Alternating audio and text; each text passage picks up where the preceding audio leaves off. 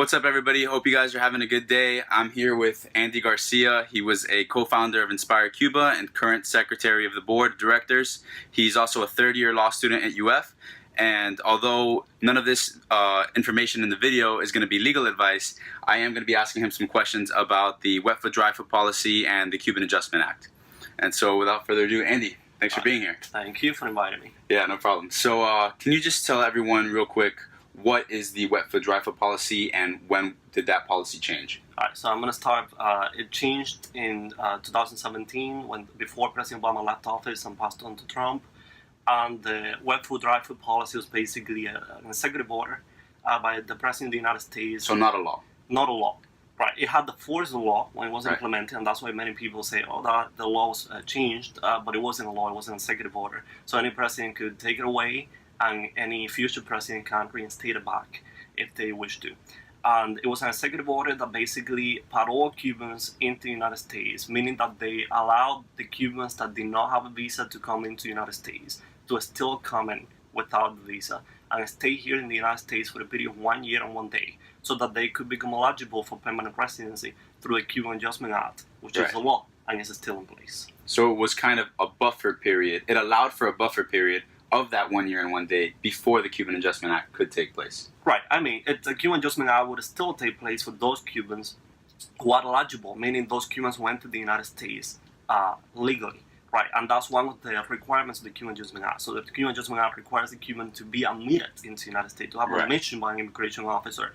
And that's why that executive order was implemented. It was implemented because many Cubans wanted to come in. And it was hard to get a visa. But the visa wasn't available on the immigration law, and therefore it doesn't matter because the government admitted them either way, even though if they made it to U.S. soil, right? So any Cuban who came through the sea made it to U.S. soil, any Cuban who came through the Mexican border made it to U.S. soil.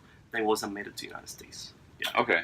So what the Cuban Adjustment Act allowed for was for these Cubans coming in to be admitted under the Wetfoot, Dryfoot policy to then, or excuse me, what the Wetfoot, Dryfoot policy allowed for was for the Cubans to be admitted, which is a requirement of the Cuban Adjustment Act. Right. Yeah. That's exactly what it is. So the policy basically make it easier for Cubans who did not have a visa to come legally into the United States to enter legally to be eligible for the Cuban Adjustment Act. And so while the Wetfoot, Dryfoot policy was not a law, the Cuban Adjustment Act is a law, and so that can't be a matter of executive order. Right, the Cuban Adjustment Act is still in place, and the U.S. government has to still apply. So any Cuban who, for example, any Cuban who comes from Cuba now on the visa, with the visa, so let's say a non-immigrant visa, someone who comes from Cuba to visit the United States, can still overstay the visa, stay here for 1 year and 1 day, and assuming that they meet all the other grounds under the law, then they get a permanent resident card.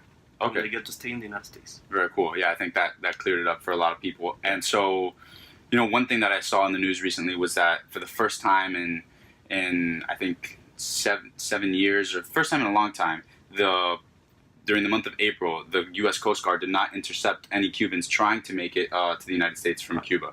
How do you view that? I think that's good. I think that many people supported the lifting of the Wetfoot, Dryfoot policy. Because it was going to save life, It was encouraging many Cubans to come out of Cuba and make it through dangerous routes to get here. And some of them got killed because of that, either in the sea or going through other countries and then making it through the Mexican border. So it's definitely a policy that is now going to encourage Cubans to go through regular means of coming to the United States. Apply for a visa, get a visa, wait your turn, and then come here. Just like everyone else does to come here. And because Cuba wasn't in favor of that, I'm sure it would bode well for the normalization of relations if that's the track that we keep going. It has definitely helped a lot, and the Cuban people and the Cuban government too has been pushing for that for a long time. Yeah. Right. Okay. Awesome. Well, thank you so much for being here, Andy. I'm sure the followers appreciate it as much as I do. Sure. Thank you for inviting me. Yeah.